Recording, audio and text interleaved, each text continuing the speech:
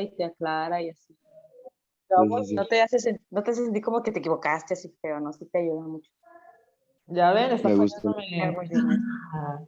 Ya regresé. A ver, ¿de qué están hablando? A ver, ¿dónde fallaron? Estamos hablando de usted, ¿De maestra. mí? ¿Qué falló? A ver, ¿qué falló? No, estamos hablando de que, no, de los exámenes que no, nos gusta como usted no se, o sea, nos Ah, evalúa, hace que nosotros nos evaluemos más bien nosotros mismos, porque nos exactamente. pregunta al final y luego, o sea, si no contestamos bien, usted nos apoya y nos aclara, así, no nos hace sentir así como que, ay, te equivocaste, o sea, no, no, no. Así que Acuérdense que yo soy constructivista, no todo conductista. muy, muy formativa su evaluación, maestra. No, no soy conductista, soy constructivista. Soy más de la zona de desarrollo próximo de Levi-Vygotsky, o de Brunner o de Althusser, si ustedes gusten. Pues Zona bueno, de desarrollo próximo y nosotros entonces, copiando a todos. copiando y pegando, exactamente. Y nosotros zona de desarrollo. Zona de desarrollo próximo, que no queramos. De hecho, fíjense, hay un tema que yo doy en una materia de pedagogía que se llama, la materia se llama Valores de Educación. Es como tipo ética. Y usted lo va a llevar al último. Y esa materia viene un tema que te quedas y te da risa, ¿no? Se llama la pedagogía del ocio. La pedagogía del ocio es cuando estás viendo la tele, cuando estás comiendo, cuando estás acostado, cuando flojeas, en pocas palabras. Y también aparte de cuando vas a jugar fútbol, o sales al cine, o paseas, etc. Es una pedagogía, pero se llama pedagogía del ocio. Entonces, de repente, me dicen las alumnas en su estado de WhatsApp, toman una foto, ¿no? Pedagogía del ocio, y yo, ay, si aprendimos, maestra, y ponen esos estados, maestra, la pedagogía del ocio, y yo, ay. A ver, Practicando. es pedagogía del ocio. Ah, bueno.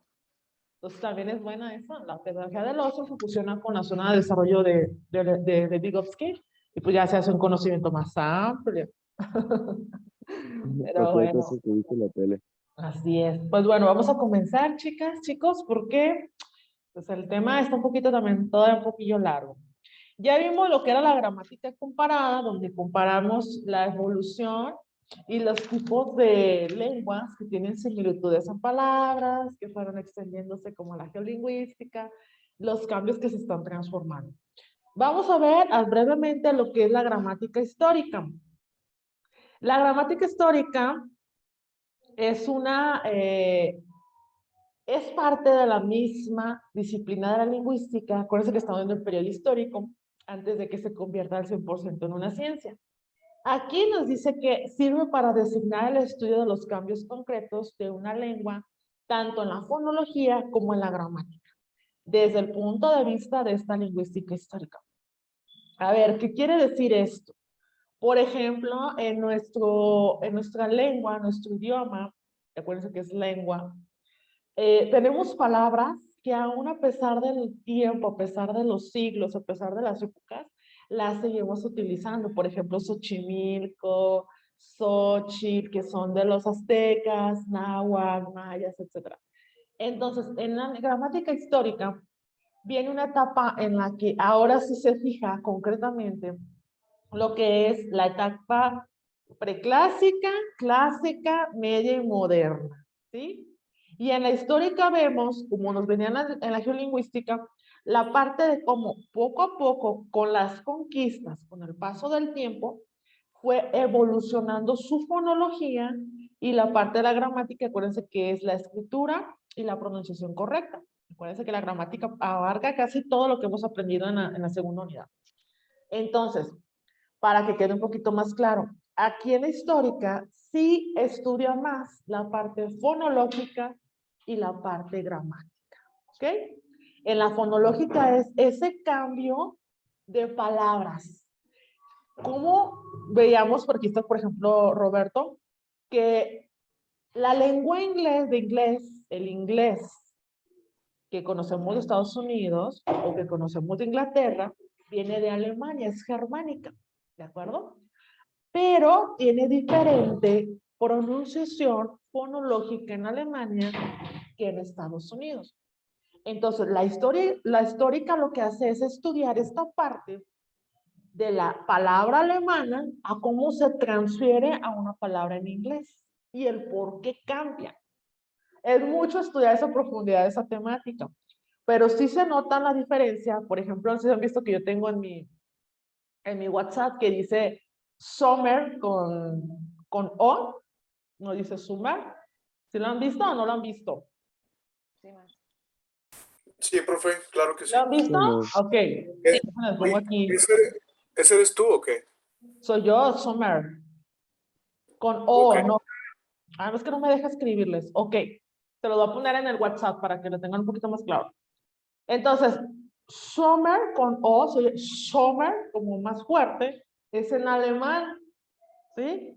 ¿Qué es la palabra verano en inglés? ¿Cómo se dice en inglés, Roberto? Summer. Verano. Summer. Summer. Ahora Como, con como que una jala U. más, como que jala más la pronunciación, summer, y hace un énfasis en una Así una es. R suave. Y las Exactamente. lenguas germanas son más enfáticas en la sílaba final. Por eso que también sirve el acento ¿cómo se llama el acento de dos puntitos que va arriba de vocales? ¿Las diéresis? De sí, diéresis. Perdón, ¿Las bueno, sí, diéresis? pues es Ajá. una summer. Sí, de Summer. hecho, no, o sea, summer, ya se lo mandé por WhatsApp, es con O en lugar de U. Y es verano en alemán y en suizo, porque las dos se fusionan. Bueno, es que los germánicos invadieron a los suizos y bueno, sí, es un show. Entonces yo me gustó, pero lo voy a platicar porque hay un portero de Suiza que se apellida Sommer. Y yo como me metí en bueno, es que yo le voy al Borussia, al Borussia y a los de Alemania, al de aquel lado. Entonces, al Arsenal y esas cosas de la Alemania, me gusta, tengo playeras y demás. Investigué y este hombre tiene en sus guantes dibujado en español, porque habla también español. Ellos hablan español, los alemanes, la mayoría se habla, y también los suizos, aunque no lo crean. Tengo amigos de allá, entonces por eso les digo. Le puso en sus guantes de portero verano. Y yo decía, ¿es la misma del inglés? Y sí le preguntaron en la entrevista que vimos, venía, ¿qué significa tu apellido? Y dice, mi apellido en alemán y en suizo es verano, pero en inglés es summer. Bueno, así yo lo veo, bueno, summer. Y es summer, como más fuerte en alemán.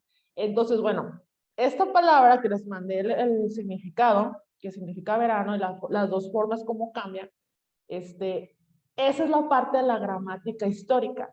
¿Cómo cambia tanto la gramática como la fonología una palabra o dos, o una letra o una vocal? ¿Cómo la cambia y le da el mismo significado, pero en diferente lengua, digámoslo así? Entonces, cuando llegaron los españoles, estaba la Malinche, ¿se acuerdan de la historia de la conquista de México? Que llega la Malinche y le dice, obviamente le dice a Hernán Cortés y compañía, oye, ¿tú qué hablas? Porque ella aprendió a hablar español. Yo hablo español, hablo tu lengua, le decía. Pero también hablo la azteca, maya, y sabe que tanto hablaba la Malinche. Porque era una mujer que era esclava en aquellas regiones, ¿no? La esclava era la que la vendían, la cambiaban por un puerquito, que todavía sigue vigente ese intercambio de personas con animalitos, no sé por qué. Y la mandaban de un lugar a otro, hasta que llegó con los aztecas. Entonces, esa cuestión, como el ejemplo de la Malinche, que ella decía, se pronuncia así, o se dice así, decía ella, le decía a los españoles, se dice así, pero en náhuatl se dice así, aunque tenga un cambio en una vocal. Esa es, chicos, gramática histórica.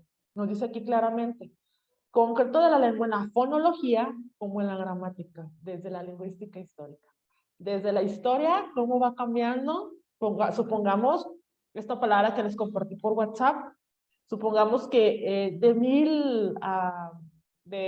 muchísimos años, hasta 1700, por ahí así 1800, cuando se empiezan a dividir los alemanes, que por ahí alguien va a exponer el alemán, me gustaría que le expusiera a Roberto, lo vamos a dar la lengua germánica.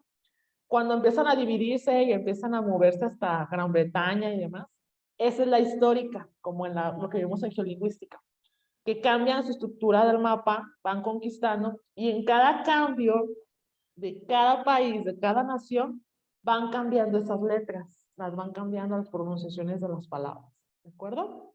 Asimismo, tiende a ser reemplazado por estudios de la lingüística histórica.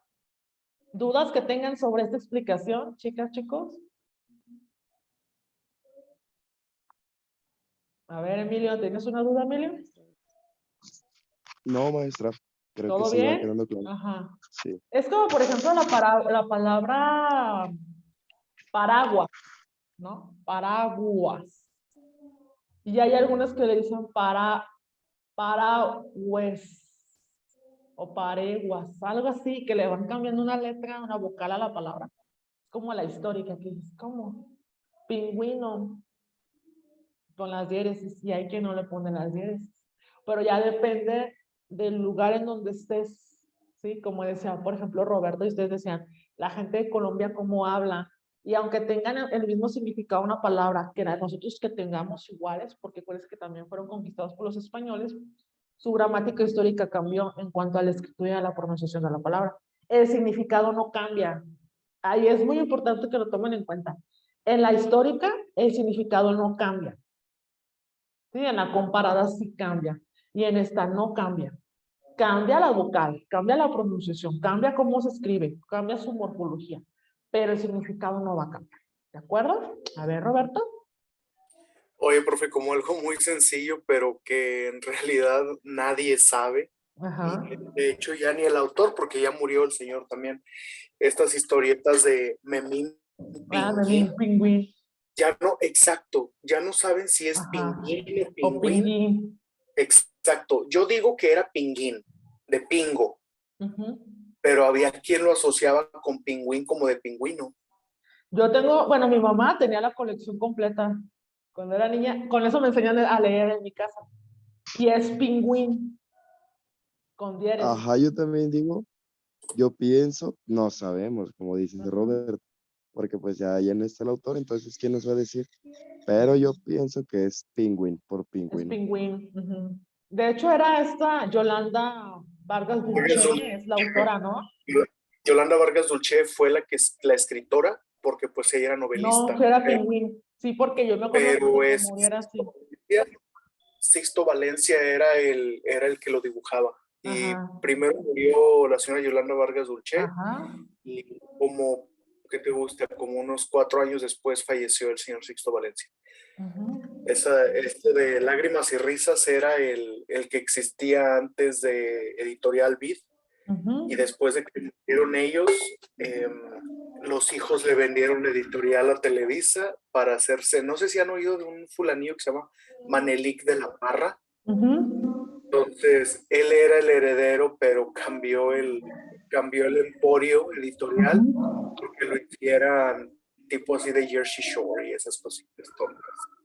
Qué lástima, tenían buenos títulos. Así es. Por ejemplo, pues son los autores de Rubí, Rarotonga. Yo leí todas esas novelas cuando estaba chiquilla. Y a mí me encantaba Memín Pingüín, porque de hecho en las revistas aparece con los diéresis. Entonces ahí viene el cambio fonológico y gramático actual. Que es como que, ya vamos a quitarle la H, vamos a quitarle la doble L. ¿Sí? Entonces, esos cambios, también eso es importante. Porque de repente en el abecedario de nosotros, yo me acuerdo que nos decían A, B, C, H, D, E, y luego L, doble L, M, N, O, P, doble R, y así. Ajá. Y actualmente dicen, ya no va Che, ya no habla doble L y ya no habla doble R en el abecedario. Ese es un cambio histórico. Muy importante.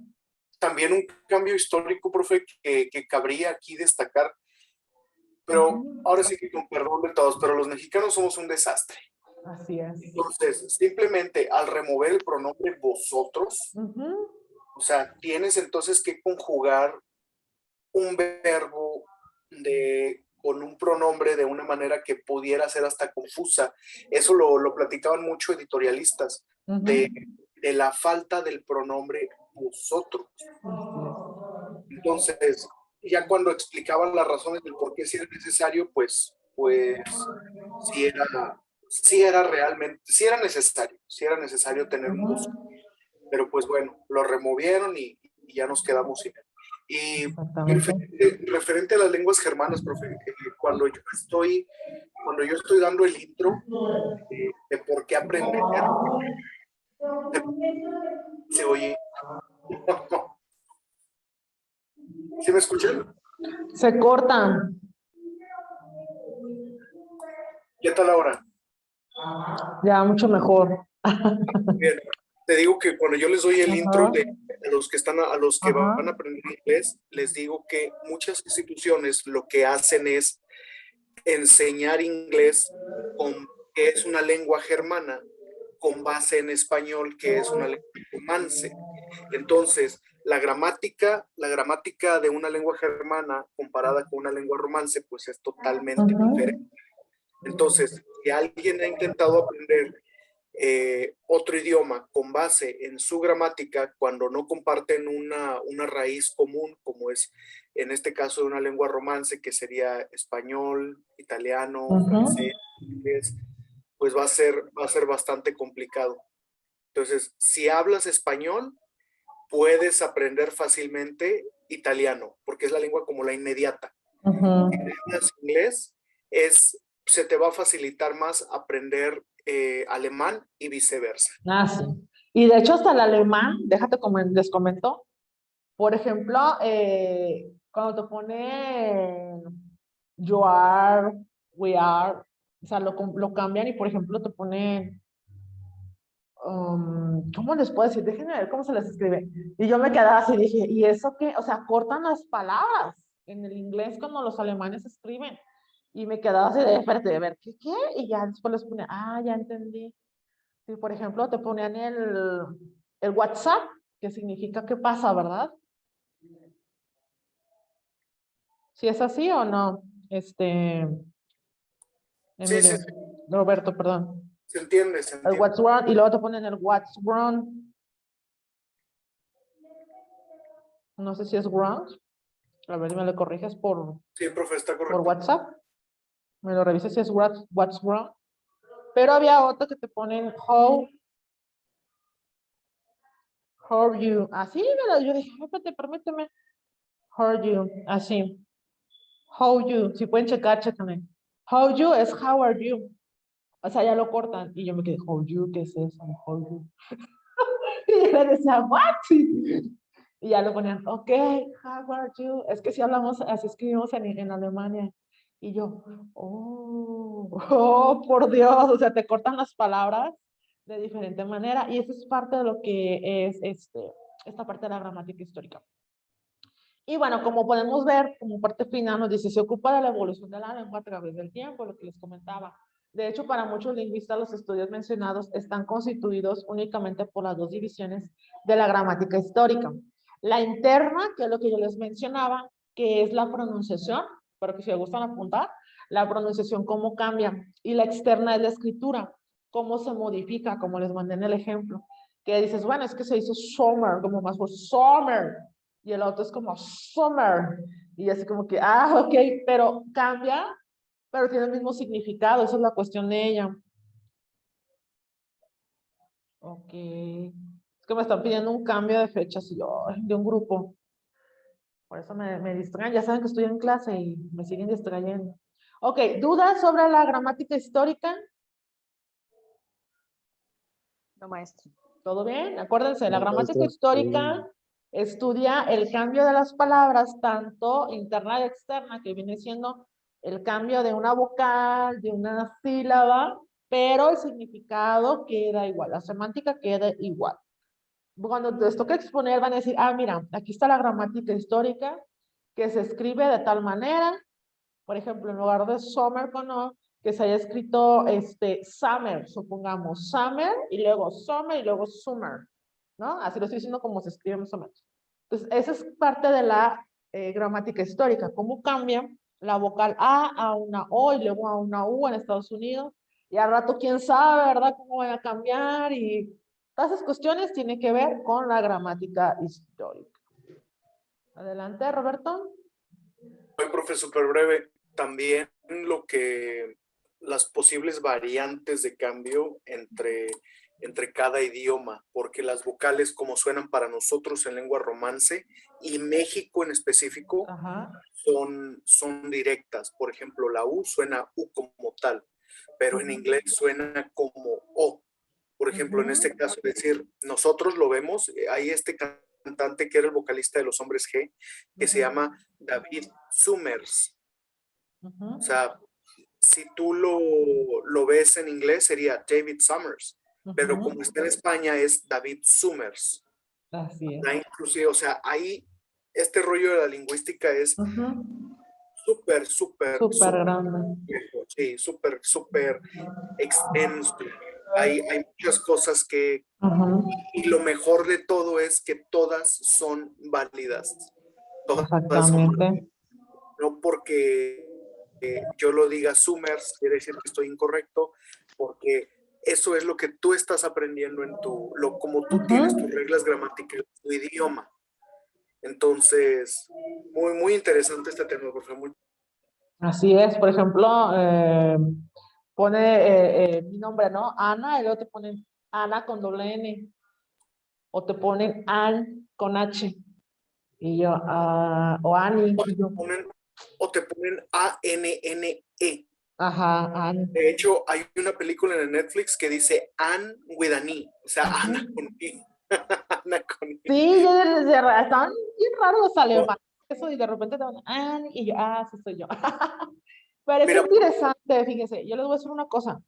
A veces, conocer gente de otros países es muy interesante.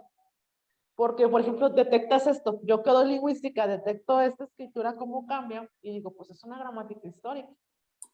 Ahí está un cambio muy grande, ¿sí? Ahora, ¿cómo te dicen el nombre y hasta cómo se oye la voz? La fonética y fonología cambia. Oye, profe, mira, por ejemplo, este tema que acabas de poner aquí en la diapositiva, dice Ferdinand de Saussure. O sea, si nosotros lo leemos, decimos Ferdinand de Saussure. Sin embargo, la regla gramatical del idioma francés nos marca que el diptongo AU suena como O. Así como se dice agua en francés, que se dice U, pero se escribe EA. O sea, es Ferdinand de Saussure. De hecho, sería Saussure. Saussure, sí. Pero pues como de regreso a lo que decíamos hace un momento, o sea, sí, su nombre es importante, y decía una lingüista, decía, podemos decir las cosas como es en su idioma, sí es correcto, pero también podemos decirlas en nuestro idioma y también es correcto, porque la lingüística no está supeditada, no está sujeta a los idiomas de cada uno, sino que los idiomas son los que se sujetan a la lingüística. Así es. Por ejemplo, también había una diferencia que decían Lev Vygotsky, ¿sí? Que allá en su mundo es Vygotsky, y aquí lo conocemos como Vygotsky. Pero obviamente cuando estés allá, tienes que decir Vygotsky. La escuela de Vygotsky, ¿no? O sea, ¿quién será, verdad? Vygotsky, ok, sí. O Montessori. Sí, es que ahí cambia, pero va a depender de la nación en donde estemos, como dice el compañero. Ok, vámonos con Ferdinand de Saussure, dice el compañero Saussure.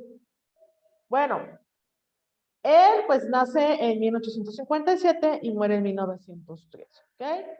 Vamos a ver quién es este personaje que brevemente les voy a decir. Él es considerado y es el padre de la lingüística, quien ayuda a que se transforme ahora sí en una ciencia, ¿de acuerdo? En la primera mitad del siglo XX, la lingüística inicia su camino como ciencia, lo que estábamos viendo ahorita. A partir del siglo XX, gracias a este autor y otros autores que vamos a ver un poquito más adelante de esta clase, la lingüística toma un margen, un giro muy importante. ¿Por qué? Porque se empiezan a investigar. Se empieza a investigar en sánscrito, las protoindoeuropeas, las protoamericanas, las indoeuropeas, las americanas, bla, bla. Esa raíz que yo le decía, ese arbolito de lenguas que se va transformando. Se ponen a estudiar lo de la Torre de Babel, Se ponen a estudiar la Biblia, entre otros idiomas, cómo fue evolucionando. Ya vimos la gramática comparada y la gramática histórica. Pero también existe la gramática generativa, que bueno, viene ya con Dan Chomsky más adelante. Cuando llega esta parte en que Ferdinand de Saussure, vamos a decir Saussure, comienza a hacer sus investigaciones, él dice, es que la lengua es una ciencia. ¿Por qué? Porque hay metodologías, como, acuérdense que ya existían los pasos de la metodología científica y demás, comprobación, etc. Dice, podemos comprobar cómo ha evolucionado la lengua. Podemos comprobar cómo fue extendiéndose una lengua, como el de España, ¿no? Que viene se extendiendo en toda América y parte también de Australia, China.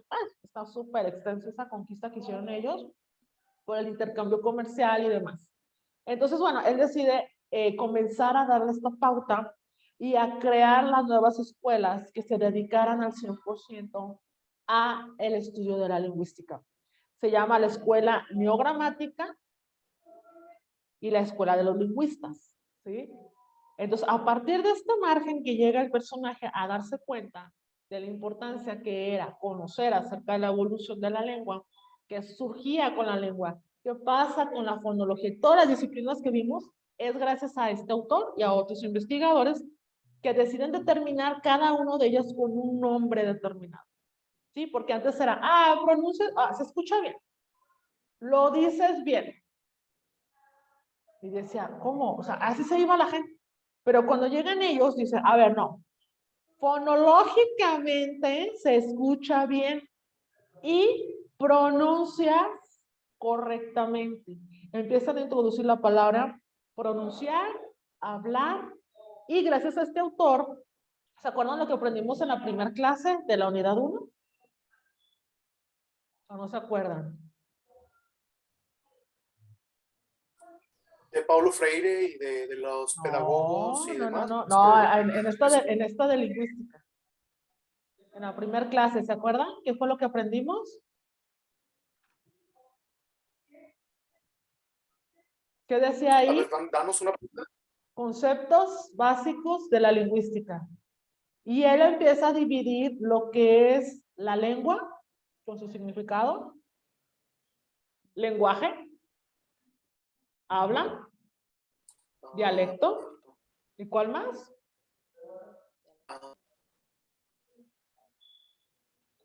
¿Cuál más, chicos? Acuérdense. A ver, vean sus apuntes. Yo tengo anotado norma también. Norma, ajá, lo que es una norma lingüística. ¿Qué más? A ver, los conceptos que vimos. Ya les dijo todo, van a decir. Yo tengo ¿verdad? esos, maestra. Norma, lengua, Ajá. habla, Habla, y dialecto. lenguaje, dialecto. 5. Las 5. Ferdinand de Saussure dice, vamos a dividir cada uno con sus conceptos. La RAE o la Real Academia de la Lengua, ¿no? El diccionario que conocemos comúnmente, sí hizo una parte, pero era como un concepto normal. Este es un concepto normal de habla. No. A ver, en lingüística como ciencia tiene que tener fijado bien qué significa cada uno de ellos y que no se confunda. Como por ejemplo la palabra tilde y acento es muy diferente. ¿Se acuerdan que les decía? Acento es cómo lo dices, cómo se escucha. Viene parte en la fonología y en la prosodia. Mientras que tilde es el signo de escritura que le da la acentuación a las palabras. Él divide toda esta parte. A ver, tienes que entender que es fonología y que es fonética. No es lo mismo, ya lo vimos que no es lo mismo. ¿Qué es prosodia? ¿Qué es analogía? ¿Qué es etimología? ¿Qué es esto? ¿Qué es el otro? Bla, bla, bla. En la lengua. En la lengua. Y es cuando él dice, tiene que haber un significado semántico de una palabra. ¿Qué significa la palabra gato? Y la primera que te parece es pues un animal, mascota doméstica, bla, bla, bla. Y es cuando dice la lingüística, ahora sí, tú dices que gato hidráulico, gato hidráulico, gato esto, gato lo otro, manzana, manzana, manzana, manzana, pero los lingüistas deciden dividir esta parte que aparece en los diccionarios. que de repente buscamos la palabra, no sé, igualdad o la palabra democracia, y la primero que te sale es etimológicamente de la palabra griego, bla, bla, bla, democracia, que significa que el pueblo tenga el poder sobre el gobierno. Fíjese lo que significa. Y después ya te viene democracia normal en América Latina o en otros lados.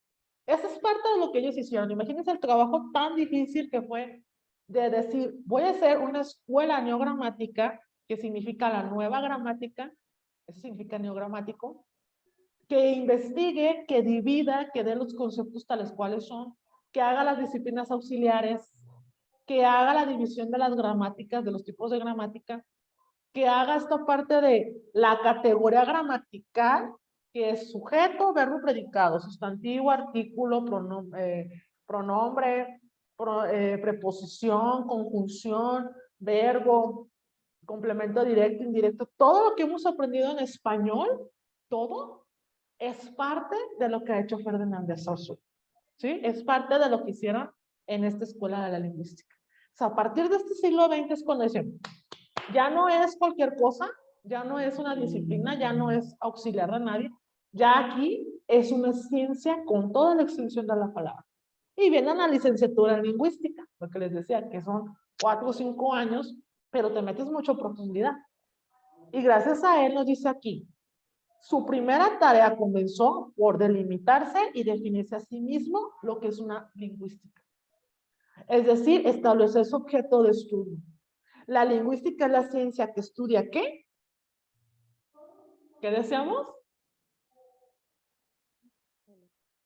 A ver, Roberto, a ver, la lengua.